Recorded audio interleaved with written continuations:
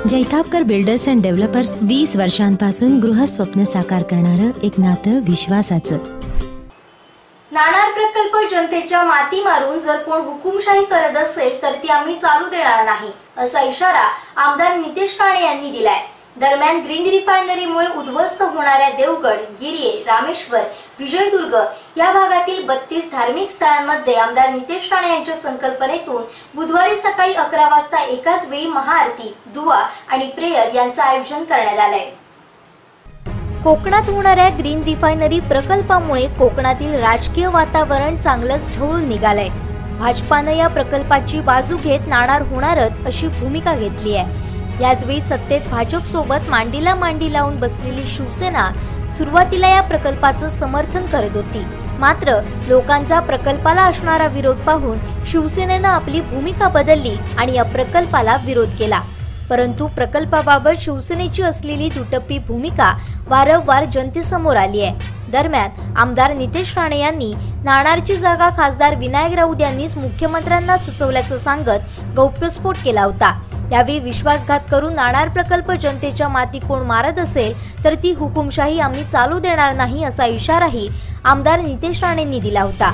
दरम्यान आमदार नितेश राणे यांनी पहिले कोकण के मंदिर फिर सरकार असा नारा देत येत्या 30 तारीखला गिरिये रामेश्वर मध्ये महाआरती करणार असल्याची घोषणा केली आहे। नाणार प्रकल्पामुळे गिरिये रामेश्वर परिसरातील 32 धार्मिक स्थळांना धोका आहे। 23 मंदिरे, 7 मशिद व 2 चर्च यांचा समावेश आहे। त्यामुळे शिवसेनेने आधी कोकणातील ही धार्मिक स्थळे वाचवावी, नंतरच राम मंदिराचा मुद्दा घेऊन लढावं, अशी खोचक टीका आमदार नितेश राणे यांनी केली।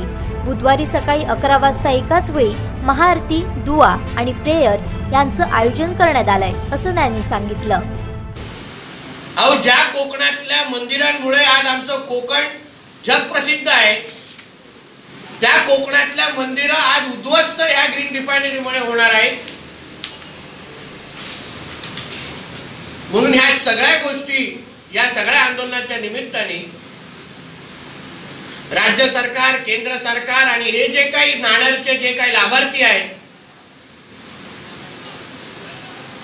त्यांच्यापर्यंत आम्हाला हा संदेश पोहोचवायचा आहे। आम्ही कुठल्याही परिस्थितीमध्ये आमच्या ह्या कुठल्याही धार्मिक स्थळांना उद्ध्वस्त होऊन देणार नाही।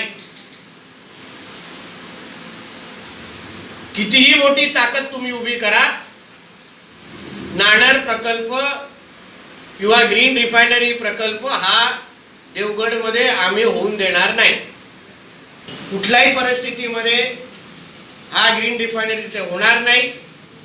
आमच्याबद्दल अशा पद्धतीचं कुठलेही चुकीची बातमी पसरवण्यापेक्षा तुम्ही ग्रीन रिफायनरी तुम्ही रद्द कसं करता, कोकणला उद्ध्वस्त होण्यापासून कसं वाचवता, आमची ही जी 32 धार्मिक स्थळं आहेत जे तुमच्या ह्या ग्रीन रिफायनरीमुळे उद्ध्वस्त होऊ शकतात, ती कशी तुम्ही वाचवता, ह्याचं उत्तर तुम्ही मला द्या ना। आणि या आंदोलनाची माहिती आपल्या समोर आणायची होती। 30 तारखेला 11 वाजता आम्ही सगळेजण आपल्या आपल्या पद्धतीने